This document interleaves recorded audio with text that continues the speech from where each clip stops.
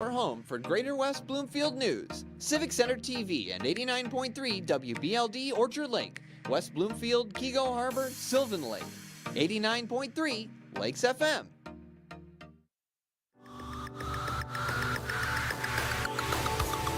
It's the Megacast, an hour-long TV and radio streaming show keeping you informed on the day-to-day news. Live from West Bloomfield, we're bringing you the news, updates, and information impacting communities around Michigan.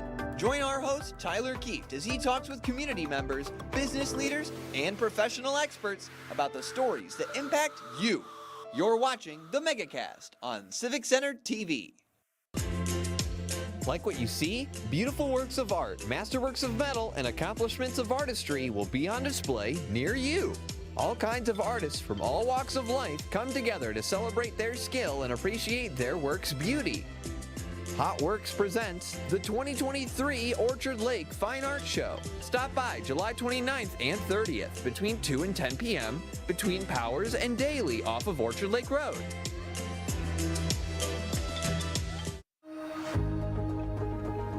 When the temperatures are chilly, being together warms the soul.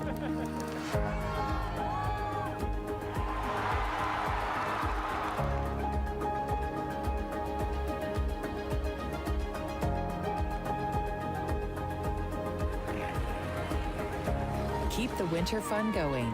Help protect yourself and those around you by keeping your COVID-19 vaccines up to date.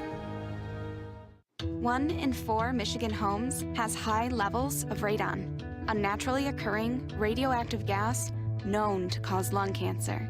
It doesn't matter where you live or what type of home you have. You won't even know it's there unless you test. So don't wait.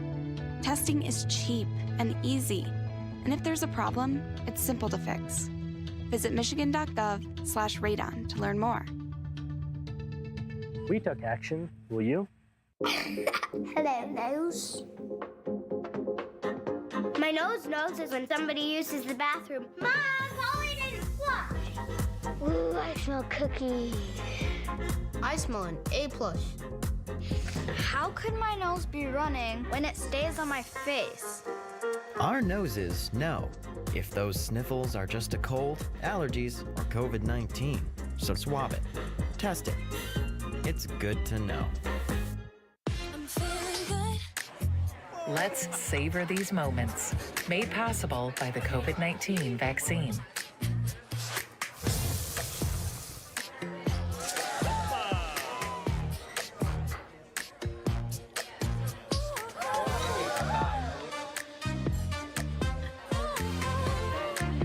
Keep the dining out going by keeping yourself protected and your COVID-19 vaccines up to date.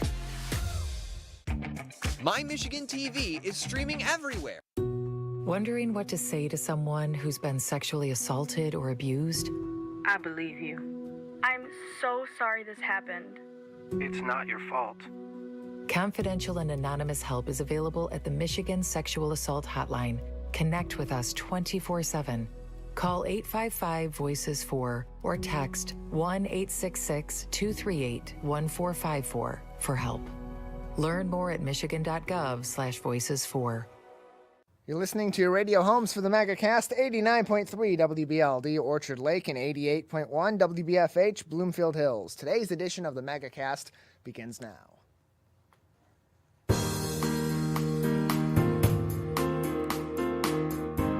Welcome to the Megacast, our live daily TV, radio, and streaming show talking about all things Michigan. I'm Tyler Kieft.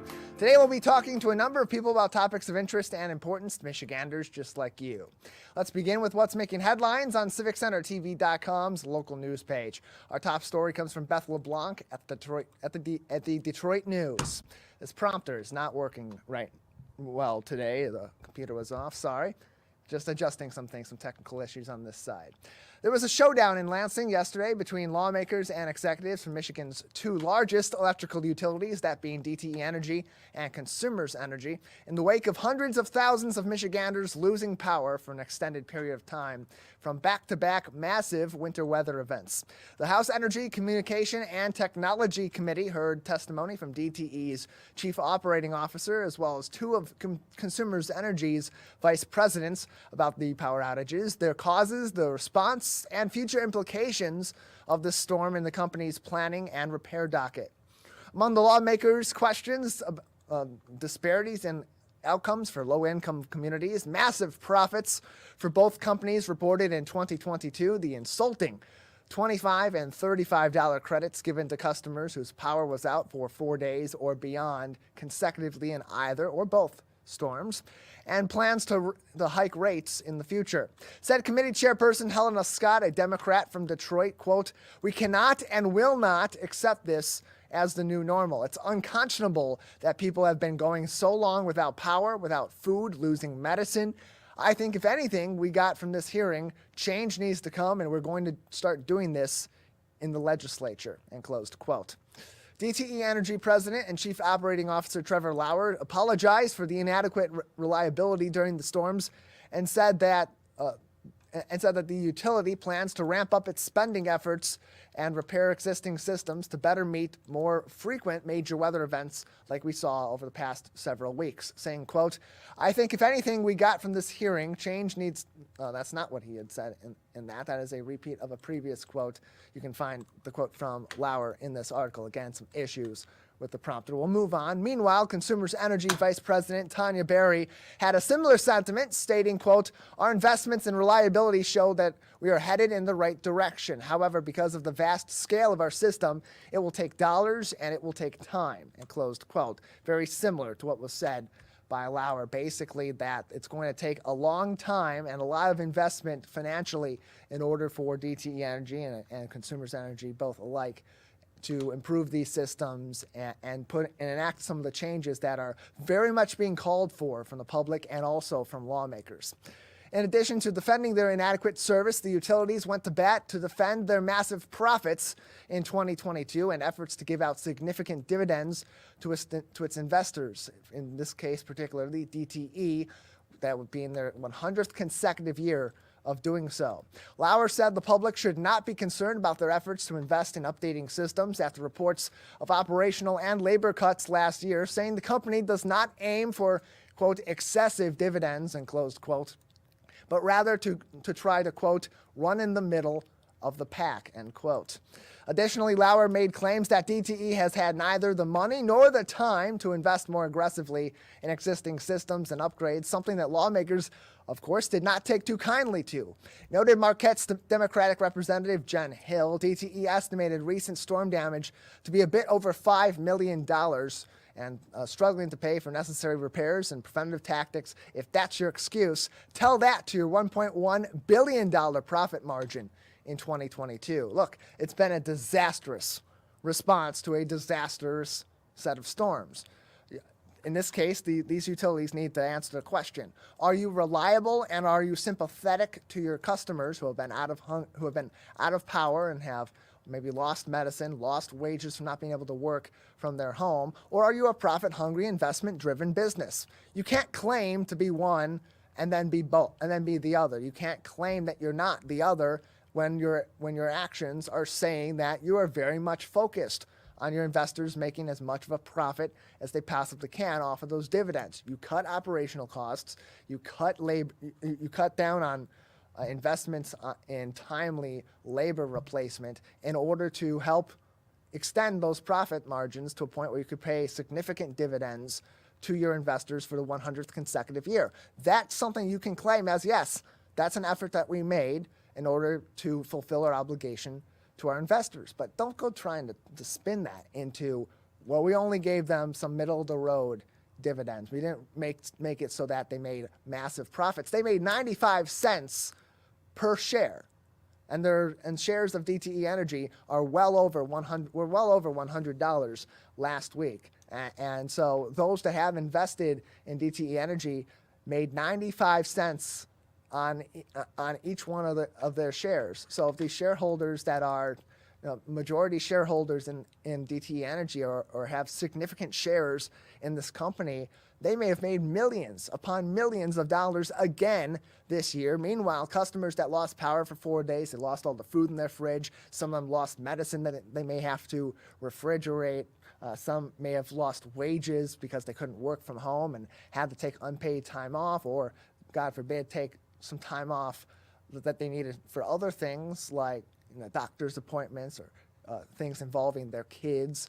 Maybe they had to pay extra money for transportation to get to the office in order to continue that work. That's more lost money out of their pockets, and all you gave them was, in some cases, $25, in some cases, $35, and you want to say that you're not investment driven versus reliability driven? That's exactly what the crux of the problem is here. That's what the legislature is getting at. That's why they're so frustrated and why customers are so frustrated with DTE Energy. There's plenty of more that's going to be going into this story in the coming weeks and the coming months, as also DTE Energy continues to seek a hike in its rates of about 13.9% for all of its customers. And the Utility Regulatory Commission, as well as other committees and commissions at the statewide level, definitely are going to be heavily scrutinizing DTE Energy and Consumers Energy as well, despite Consumers Energy, their issues maybe not being as wide-scaled as DTE's in these past two storms. It's very similar issues for customers across the board. And another big issue that came up here was the disparity in service for those in more lower income areas. That was brought up by several members of that committee, including Chairperson Helena Scott from Detroit, who had mentioned that previously as an issue before this hearing, when this hearing was being called and was announced last week.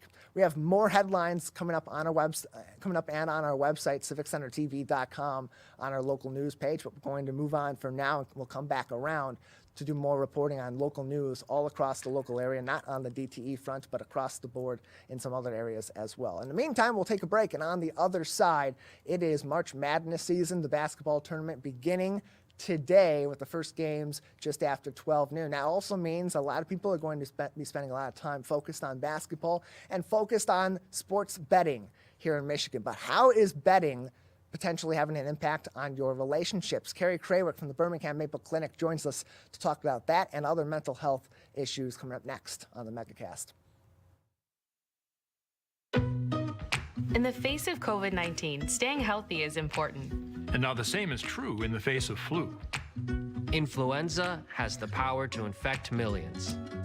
But it's easy to protect yourself, your family, and your community. The flu vaccine is safe and effective. And with COVID-19 still around, it's essential. Together we can face flu season head on. Visit michigan.gov/flu. Many people are feeling overwhelmed and struggling with mental wellness these days. So be kind to your mind. Give yourself permission to breathe. Share your feelings. You are not alone. Have hope. Talk to a Stay Well counselor for free confidential help 24/7 through the COVID-19 hotline.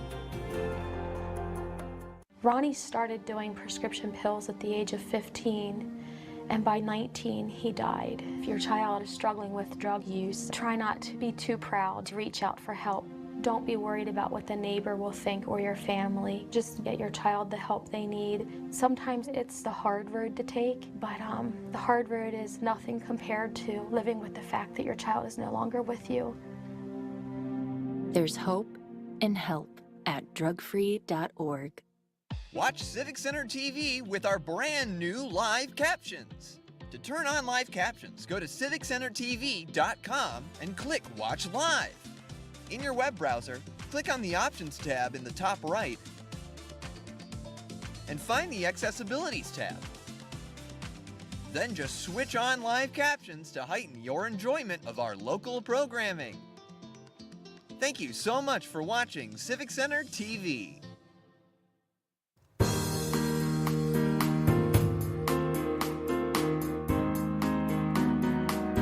Welcome back to the Megacast, our live daily TV, radio, and streaming show talking about all things Michigan.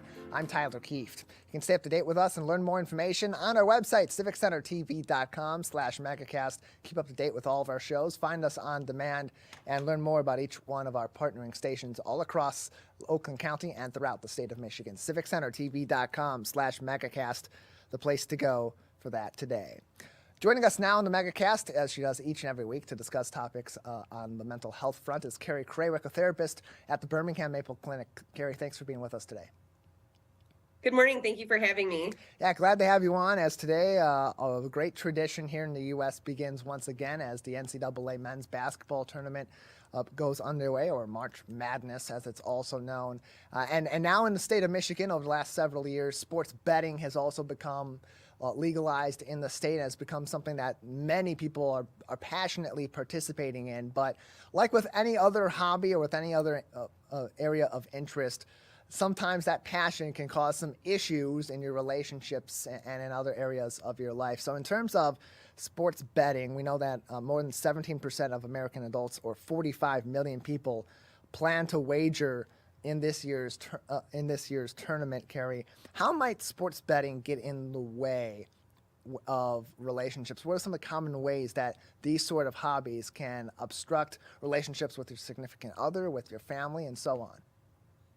Sure. Well, like most addictions, you can break down sports betting into a variety of different categories. There's, of course, social betting, which are people who do it recreationally, who may enjoy occasionally placing a bet. There's, of course, with betting, there's also professional gamblers who are very dedicated and use skill, not luck. And that's sort of a whole different department. But problem betting is when you continue to bet despite the consequences, despite interference or complaints from your family that there's a problem, despite losing money, accumulating debt, keeping it secret, hiding it, and the need, the sort of addictive need to continue to do it despite all these negative consequences. Problem betting affects about 1% to 3% of Americans. And it's far worse, the numbers show, amongst sports bettors than those that gamble in other means, whether be at a poker table or playing blackjack, going to the casino. And it's significant, the differences between those and sports betting. Just how much of a disparity is there in outcomes for gambling addictions for those that are betting on sports? Well, especially like you said, with the onset of apps, that changes. I mean, I think it's just that we're so, as a culture, surrounded by sports. We idolize our sports athletes, and so we see it a lot. It gets a lot of attention.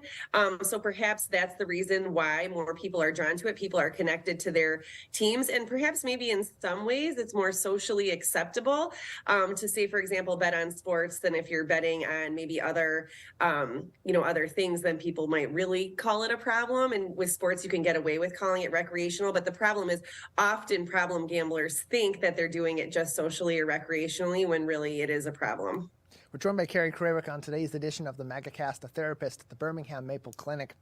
You can find more information on getting in contact with Carrie and other professionals at the Birmingham Maple Clinic on their website, birminghammaple.com. As we're talking about sports betting with March Madness underway and the NCAA tournament now underway today, and some of the issues that can come up. And there is a hotline that is available through the state of Michigan for those that are experiencing some issues with problem gambling yourself or maybe someone else in your life. 1-800-270-7117, 1-800-270-7117 for crisis intervention and referral to treatment. And Carrie, this is different than many other addictions. A gambling addiction may not manifest itself in a way that's visible, like an addiction to drugs or alcohol, where you can see those physiological signs and those other behavioral signs a little bit more clearly. So for those that may have someone in their life that is an avid sports bettor, they may not know that this person or these people have an issue. What should they be looking out for that could be some of those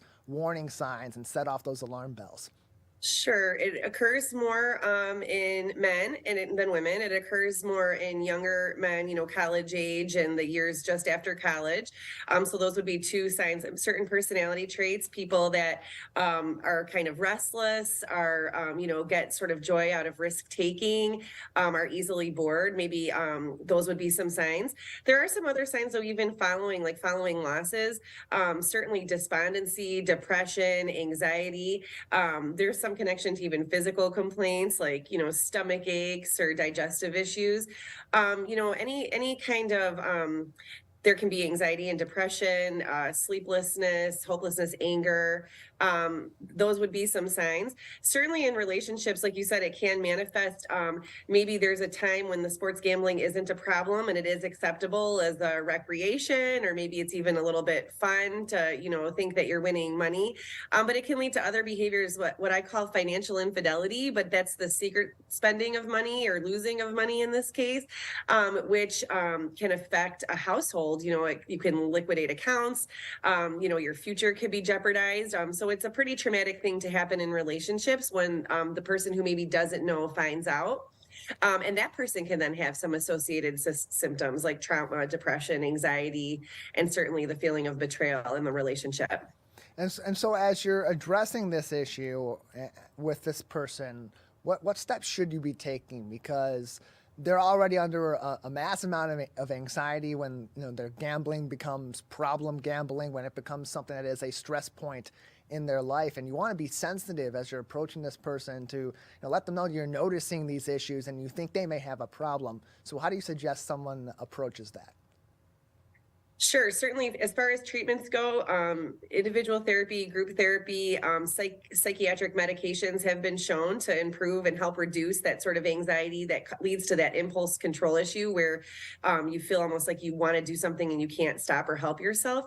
So there are treatments available, certainly in the event of, like I said, a financial betrayal in the relationship. Couples counseling would also be useful. It's really hard, like you said, we're going to be constantly surrounded by sports in our lifetime. So people who are sports bettors are going to have to learn tools so that when they're subjected to the opportunity that they can protect themselves. Certainly in a relationship, helping to supervise or monitor what apps are on the phone, what connections to bank accounts or family accounts are known to help just protect those and reduce the incidence of that temptation. More information on ways you can get in contact with the Birmingham Maple Clinic and their services can be found on birminghammaple.com, birminghammaple.com for more information. And there's plenty of protections that are in place from the statewide level for those that may be experiencing problem gambling and for those that maybe have had previous addictions that could make them more susceptible to becoming a problem gambler. And that's what's great about what the state of Michigan has been doing, is that they've put these provisions in place. You can call them toll free, 1-800-270-7117. Previously, back in 2021, we had the state's Gaming Control Board executive at the time, Richard Colm, on the show in order to talk about some of the other protections that are in place. That's another great place to go, civiccentertv.com in our on-demand section to watch that interview and learn more information about the ways that you can protect yourself too. But this is an issue that can take some time to really get a grasp of, Carrie, and for these individuals, it can take some time to find that point of recovery, especially under the stresses that they're under. And so for those that may be experiencing some distress because of their sports betting, at what point should they have the bell ring off that maybe this is becoming a problem for me, even if someone else maybe isn't bringing that up as, hey, I think you got a little bit of an issue here? Sure. I mean, I think like you and I talk with so many things, right? It's the intensity, frequency, and duration. How much time are you spending thinking about it? Is it interfering with multiple areas of your life? Sports bettors obviously could have workplace issues because they're not as productive and they're preoccupied with their betting. And so they could, if they're having greater and greater issues at work, issues at home, if they're finding their symptoms, their anxiety, their physical complaints, they're increasing in frequency, those would all be signs, that there's an issue and there's a problem. We're joined by Carrie Krawiec on today's edition of the Megacast. You can get in contact with her and others at the Birmingham Maple Clinic by giving them a call, 248-646-6659, 248-646-6659 for more information. And much like any other addiction, Carrie, that individual approach, that familial approach too, can be so important. Having that social circle around you, that those relationships around you that can help you go through this as well. So as someone's in treatment for a gambling addiction or is in therapy for a gambling addiction, what are some ways that family, that friends, that others in their life, especially because sports is such a big part of our culture, can help them through? Because even though they may cease gambling at that point when they realize they have a problem or they're in treatment, it's still something that's going to be surrounding them constantly, and that temptation doesn't really go away that easily. Sure. I mean, I think families, like I said, getting into treatment themselves with family, understanding the behavioral patterns, maybe not the same addiction, but other addictive behaviors that have happened in families, kind of learning the root causes for some of these and gaining that information. Same with, joining any kind of groups like codependency groups, knowing what are your roles and getting support from other people who maybe have dealt with other people with addictive behaviors, whether it's gambling, shopping, or, any of the substance use or misuse issues. Understanding the dynamics that exist in a family can help, and gaining support from other people who have walked that path can be beneficial for both the addict and the family of the recovering person.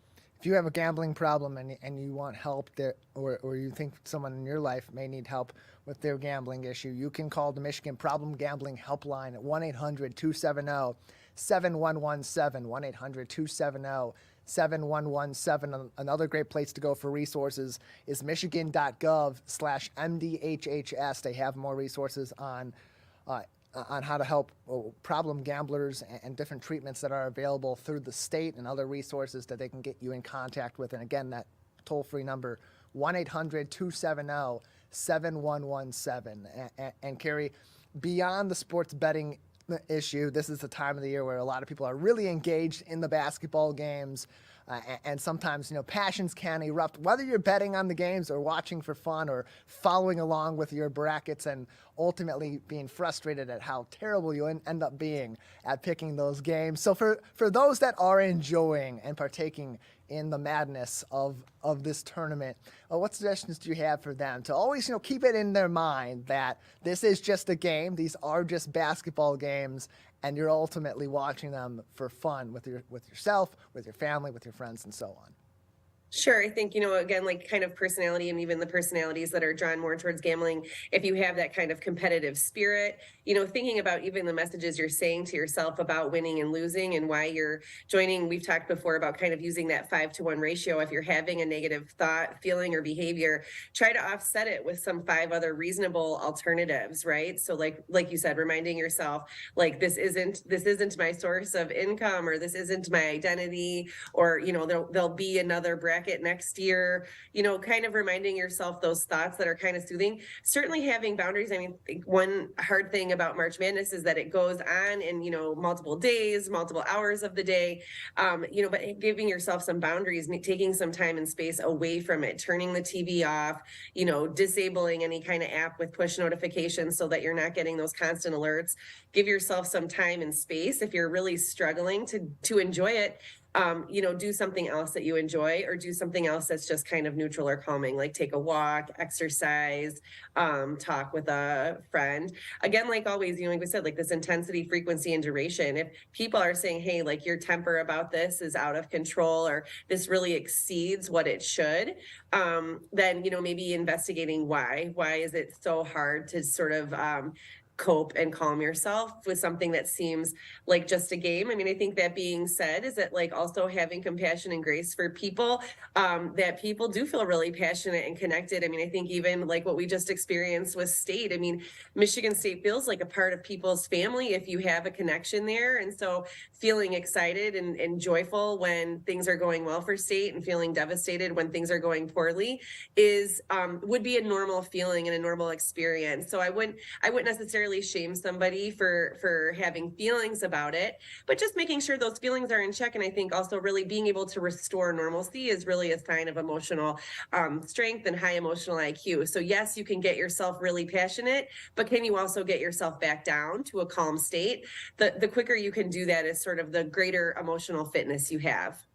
Yeah, and it's a time of the year where, for basketball fans, you are expecting there to be nothing but chaos throughout the month of March in college basketball. And that's part of the big fun about all this, is your team can do really well, your team can do really poorly, your brackets can do really well, or can be busted on the very first day. Heck, I've lost in my bracket battle to a coin twice in the last 3 years. I do a whole coin flip bracket. Last year I lost to it. The year before I won all of my pools. So, it goes both ways. Carrie, thank you so much for joining us to talk about this. Anything else we haven't discussed on the sports betting issue, on just the psychology of March Madness that would be important to have context on today? No, I think just like we've said too, it's just access right now. So really just, modeling good behaviors, even when it comes to apps and phones, taking the time to really ask yourself, how much time am I dedicating to this? And does that really seem to match what I think myself is appropriate? And, and that can be along with the money that's spent on it, just being more mindful about your use instead of mindless, because that really time can get away from you and be more indicative of a problem. We're all team good basketball and good sports this season. Carrie, thanks for joining us. Thank you for having me. BirminghamMaple.com is your place to go to get in contact with Carrie and the other professionals at the Birmingham Maple Clinic. You can also call them 248-646-6659 or join Carrie and I each and every Thursday morning for our mental health segment right here on the Megacast. If you are experiencing issues with sports betting and other gambling here in the state of Michigan, there are resources available for you. 1-800-270-7117, 1-800-270-7117, or visit michigan.gov/MDHHS. We'll take a break on the Megacast. On the other side, more news and headlines making stories all across Oakland County and throughout the state of Michigan. Plus, we'll talk about taxes right here in Oakland County. If you're having trouble paying your taxes, the Oakland County Treasurer's Office has resources available to help you through this season and avoid foreclosure on your home. That's coming up next on the Megacast.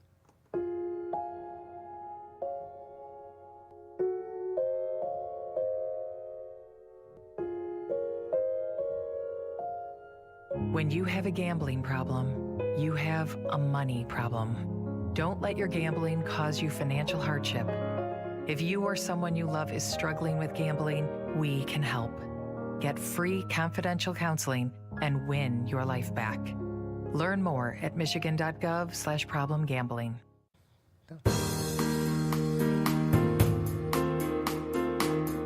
Welcome back to the Megacast, our live daily TV, radio, and streaming show talking about all things Michigan. I'm Tyler Kieft. As always, we have headlines making news across the Great Lakes State, including right here in Oakland County. Every single day, every morning, we post those on our website, the top 3 stories or so from the day on our local news page, civiccentertv.com. Just click on local news at the top of the page on your computer web browser. On some mobile devices like your tablets, it's either going to be at the top of the page like it's on a computer, or it'll be in the left margin like you would see on our mobile website, civiccentertv.com. Click on local news for all those headlines as we continue on with our top stories today. Also making headlines from U Stella U at Bridge, Michigan, just over a month following a deadly mass shooting at a few miles away from the state capitol at Michigan State University. Hundreds of Michiganders and supporters joined together at the Capitol for a rally pushing for gun reform in the Great Lakes State.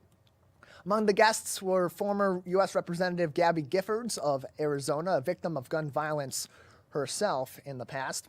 Additionally, Representatives Alyssa Slotkin and Debbie Dingell, both Democrats from the state of Michigan on the U.S. level, and Governor Gretchen Whitmer, as well as others, made speeches at the rally in support of these many reforms, some already underway.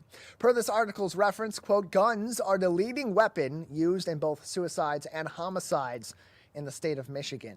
As for action being taken at the legislature level, the State House passed a bill requiring universal background checks in Michigan last week, and the Senate recently passed legislation on red flag laws and safe storage requirements through committee, so those may be on the floor for a vote in the Senate as early as this week. Despite these efforts, not everybody is on board. In conservative-leaning Cass County, their Board of Commissioners recently passed a resolution to ban local law enforcement of the proposed laws altogether, and ralliers in opposition to gun law reforms at the state level were also very present at the rally yesterday with signs including those that read, quote, I plead the second, as in the Second Amendment. Additionally, making headlines today on our local news page on civiccentertv.com from the Associated Press via MLive. Detroit Tigers baseball may look a little bit different for local TV viewers this season, or perhaps it won't at all. The jury is still out, as regional broadcaster Bally Sports' parent company, Diamond Sports Group, filed for Chapter 11 bankruptcy this week after missing an interest payment last month that was well north of $100 million. The company oversees a bevy of regional networks, usually under the Bally Sports umbrella, including Bally Sports Detroit, which means that the bankruptcy could leave MLB baseball coverage up in the air for the 2023 season. Major League Baseball, however, did say that they expect regional coverage to be unaffected during the bankruptcy process, but has a plan in place in case the network folds while the season is in progress. The MLB has set up a local media department that would theoretically be ready to take over the regional broadcasts of teams, including the Detroit Tigers, should Bally Sports and other regional networks discontinue operations throughout this process. The games would then move to streaming on MLB.TV and under that scenario. In a statement on Tuesday, Major League Baseball addressed the issue, saying, quote, Diamond Sports Group's bankruptcy declaration today is an unfortunate development that we have been expecting. Despite Diamond's economic situation, there is every expectation that they will continue televising all games that they have committed to during the bankruptcy process. Over the long term, we will reimagine our distribution model to address the changing media climate and ultimately reach an even larger number of fans. And closed quote. So for those that are concerned that their Tigers baseball may not be the same on the broadcast this season, it looks like all indications at this time that Bally Sports will regularly broadcast these games. And you can expect that in the event that Bally Sports folds as a result of this bankruptcy process through Diamond Sports Group, that the MLB's regional networks would take over those games pretty swiftly with a lot of the similar crews. That's been something that's been discussed, is you may not necessarily have Bally Sports throughout the entirety of the season should this go awry and they not be able to cover these games they've already committed to covering for the 2023 season. That they would mostly go to continue using the crews from these regional networks in place at Comerica Park, as well as the on-air talent calling these games as well. So they'll still have that familiarity, as far as we know, from these regional networks. Now, of course, Bally Sports, for context, is pretty big here in the Detroit market, because not only do they cover the regional sports coverage leaders for Detroit Tigers baseball, they also cover Detroit Pistons basketball and the Red Wings as well. The only local team that's not under a regional network umbrella, of course, is the Detroit Lions, because the National Football League does not utilize regional networks, at least not at the level that's done by the National Basketball Association, Major League Baseball, and the National Hockey League. In this case, Diamond Sports owns 19 regional networks under the Bally Sports banner. They also have the rights to 42 professional sports teams, as I mentioned. Not only baseball, but also hockey and basketball. 16 in the NBA, 12 in the NHL, and 14 in baseball. That includes, of course, as I mentioned, all three of our four professional sports teams in the major sports leagues: the Pistons, the Red Wings, and the Detroit Tigers. Now, in terms of what comes in the future from all this, it's one of those adapt or die situations for these regional networks, because not just Bally Sports, not just their parent group, Diamond Sports Group, but many others across the U.S. are having similar struggles where they're really being financially strapped to continue doing what they're doing in terms of coverage, because people are cutting the cord, they're going away from cable. So, with that being the case, advertising dollars are down, revenue will be down, costs then go up, especially with inflation, with the current economic times that we're in. That can't be an easy situation for these companies to go through. So hopefully they're able to survive, and when they do come back, can, as Major League Baseball said in their statement, kind of reimagine what they're doing for their television viewers and provide an experience that attracts people to these games and ultimately can keep these regional networks alive in the future. And a big part of this is cable versus streaming. We know that some streaming networks have had some issues with regional networks and continuing their coverage. YouTube TV is a major streaming network for those that have cut the cord and have gone to streaming, and they're not able to get Bally Sports Detroit on that particular streaming service. And so Bally Sports has countered that by saying, well, you can subscribe to us directly and view our games. But even beyond that, some issues with blackouts in certain media markets, even for those that have subscribed to their local regional provider and may have their mobile app or have pulled up their account on their computer web browser or whatever. So there's still mounting issues with that need to be troubleshot, not just from the regional networks. And this is certainly not in any way blasting the great work that's being done at Bally Sports Detroit. They've been very generous partners with us here at Civic Center TV in our coverage of West Bloomfield Lakers football over the past couple of years, and they do amazing work. They have an excellent crew. They have excellent executives and wonderful on-air talent that do amazing work covering our local sports. So hopefully they do survive this. We are thinking about our friends at Bally Sports Detroit, and hopefully that their company is able to get through this, and they're able to get through this with their jobs intact, so they can continue to have great sports coverage here in the Detroit area. On a more positive note in the broadcasting realm, some immensely talented student broadcasters from our local area and around the state of Michigan received awards from the Michigan Association of Broadcasters this week for their great work on student radio and TV broadcast outlets. We sent Dave Scott to Lansing and out in the field to talk to some of these great broadcasters, including from within our own network here at the Megacast at 88.1 The Biff. Let's take a look. Hi, Dave Scott, Civic Center TV. Here, the Michigan Association of Broadcasters annual award ceremony where student broadcasters, high school and college students across the state of Michigan are recognized, and right in our own backyard. Always one of the programs that wins big time here is Bloomfield Hills and the Biff, and Amanda Silverstone joining us from the Biff. Hey Amanda, how you doing? I'm doing great today. How about you?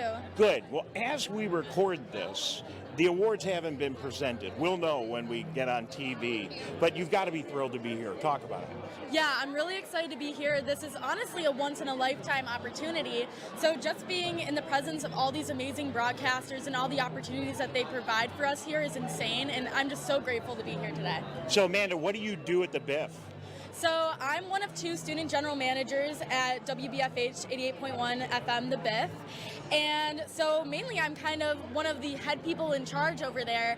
I kind of tell people what to do as far as we have different positions on the Biff, such as social media, sports directors, fundraising, and just a bunch of other different committees that we really like to implement, try and get our student body as involved as humanly possible.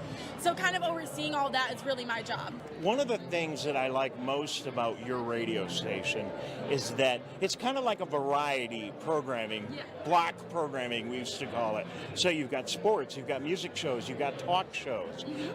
That must create a lot of different opportunities for students. Exactly, and I think that's one of the major benefits about our radio station, because as you previously mentioned, we have so many different types of shows that literally anyone from anywhere can listen to. You'll always find something that you enjoy to listen to on the Biff, which is something really great for an audience. So I know you guys do well at this event every year, and I'm sure you have or will here today. That's got to be exciting for your program to be recognized. Yeah, it definitely is. Compared to all these other radio stations across the state, I think being a part of one of the top radio stations in the state is something that you really have to take for granted, and you can't take for granted in that situation. So I think that because we are one of the top radio stations within the state, I think we'll have some really amazing turnout with this specific MAB award ceremony. Amanda, you're very good. You're doing a great job in this interview. I bet you're really good on the air. Are you doing this for enjoyment while you're in high school, or do you want to make a career out of broadcasting? For me, I really do. I have an enjoyment factor when it comes to producing and editing and all of that. So a lot of people really enjoy being an on-air personality, which is originally what I thought I really enjoyed, because not to toot my own horn, but I'm pretty funny and I'm pretty knowledgeable. So I think that as time has gone on and I transitioned from a duo show to a solo show, so really having that solo show made me realize my love for editing and producing. So as of right now, I don't know if I want to go into broadcast journalism or if I want to do it for an enjoyment factor. So it's really all up in the air for right now. All right, I haven't been in your new studio. I understand, though, there's a beautiful view right into the cafeteria. But do you guys really have enough space for all the awards that you're going to get today? I guess we'll have to make some. I think that we have a very beautiful station, as you previously mentioned. It's updated, it's modern, and in the next year or so, we're going to be getting some new boards for us to play around with. So I think as far as the idea of having enough room for all of the awards, I think we'll either have to make some room, or there definitely will be some room. We have some hanging up in our main studio where we do our shows from, but maybe we'll hang some up in our other studios, our other 3 studios that are in our station. Well, great to see a very vibrant student radio broadcasting operation. We got athletics, we got academics, we have all the other extracurriculars in our schools. Bloomfield Hills, an amazing broadcast tradition that goes back decades. Amanda, you're only the most recent part of it. Congratulations. Thank you so much. All right, reporting from the Lansing Center at the Michigan Association of Broadcasters Annual Student Awards, I'm Dave Scott, Civic Center TV. Thank you, Dave, for that report. Great work being done at the Biff, and you can always keep up to date with them from their link on our website, civiccentertv.com/megacast.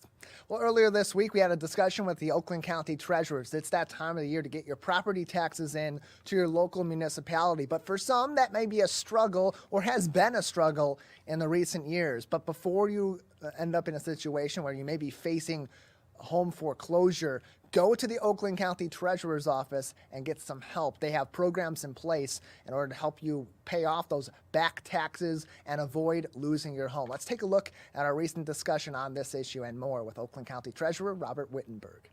It is tax season here in Oakland County. It's time to get your taxes in to the county office, or at least reach out to the county if you're in need of some assistance. Joining us to talk about that is Oakland County Treasurer Robert Wittenberg. Treasurer, thanks for being with us today. Morning, Tyler. How are you? Doing all right. How are you doing today? I'm doing well. Thank you. Thanks for having me. And we're talking specifically about property taxes. Right. So income taxes, those are due. Your returns in April. That is separate from what we'll be discussing. So just to let people know.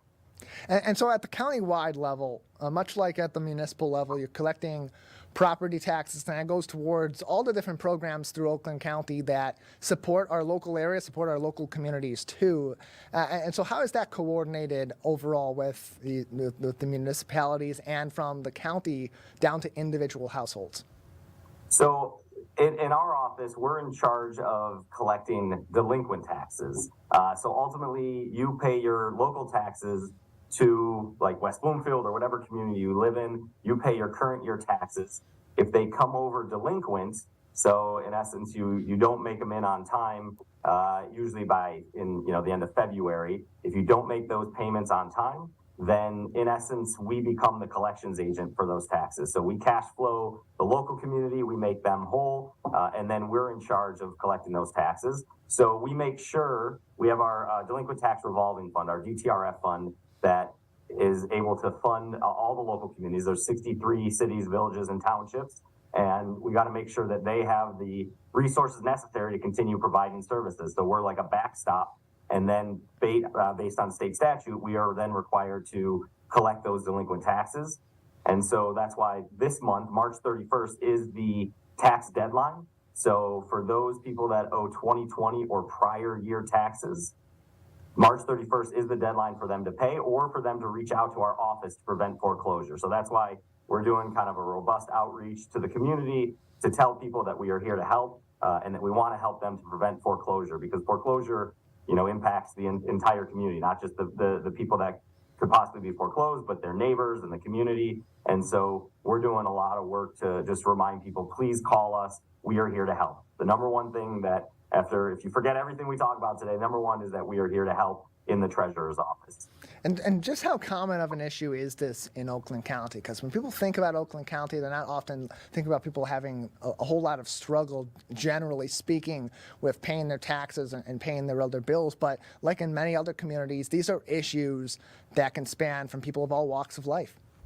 That's right. And we are fortunate to be a pretty great county, right? And for the most part, people are thriving in our communities, but there are some people that have their challenges, and especially, when we're talking about after the lingering effects of COVID.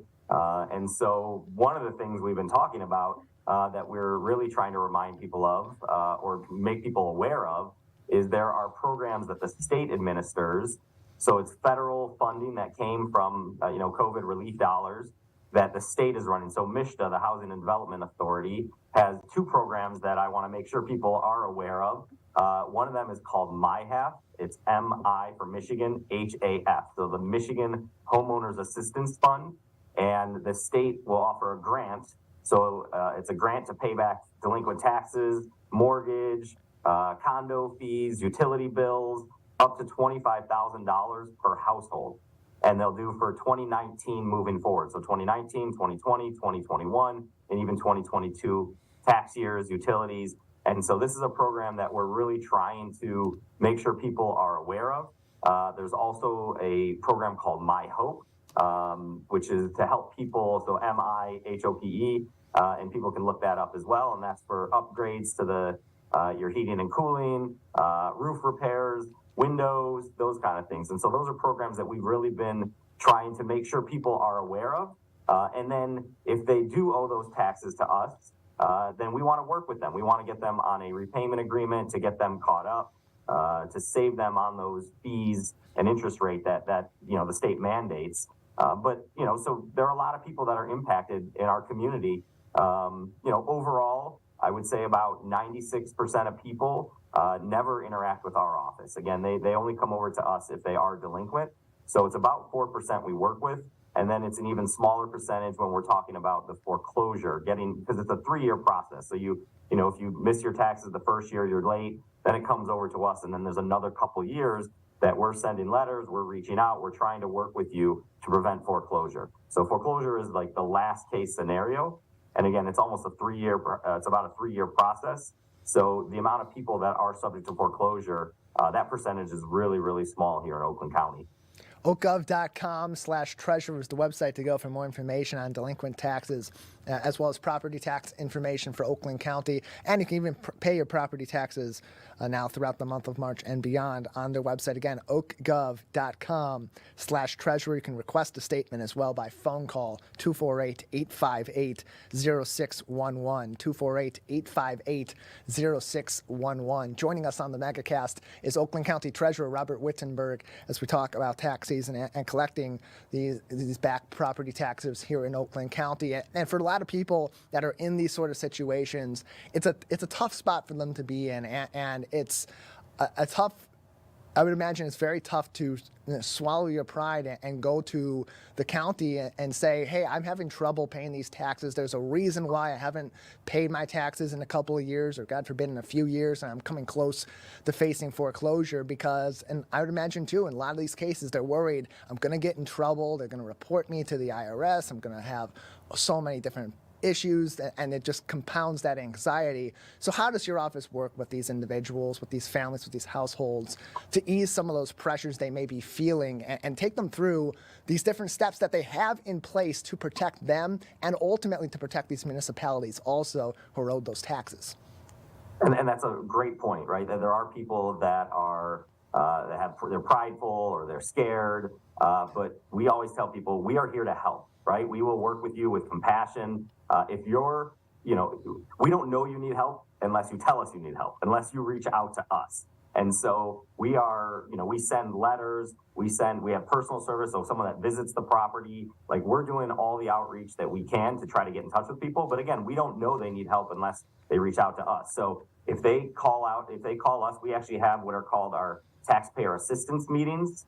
We refer to them as TAMs in our office.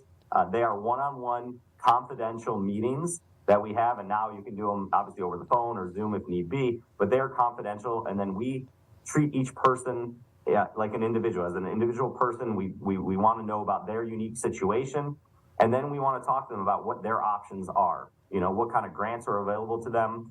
Within our office, we have a financial coach who will work with you as well. And so we want to work with anyone, right? We want to work with everyone. We do not want to foreclose on anybody.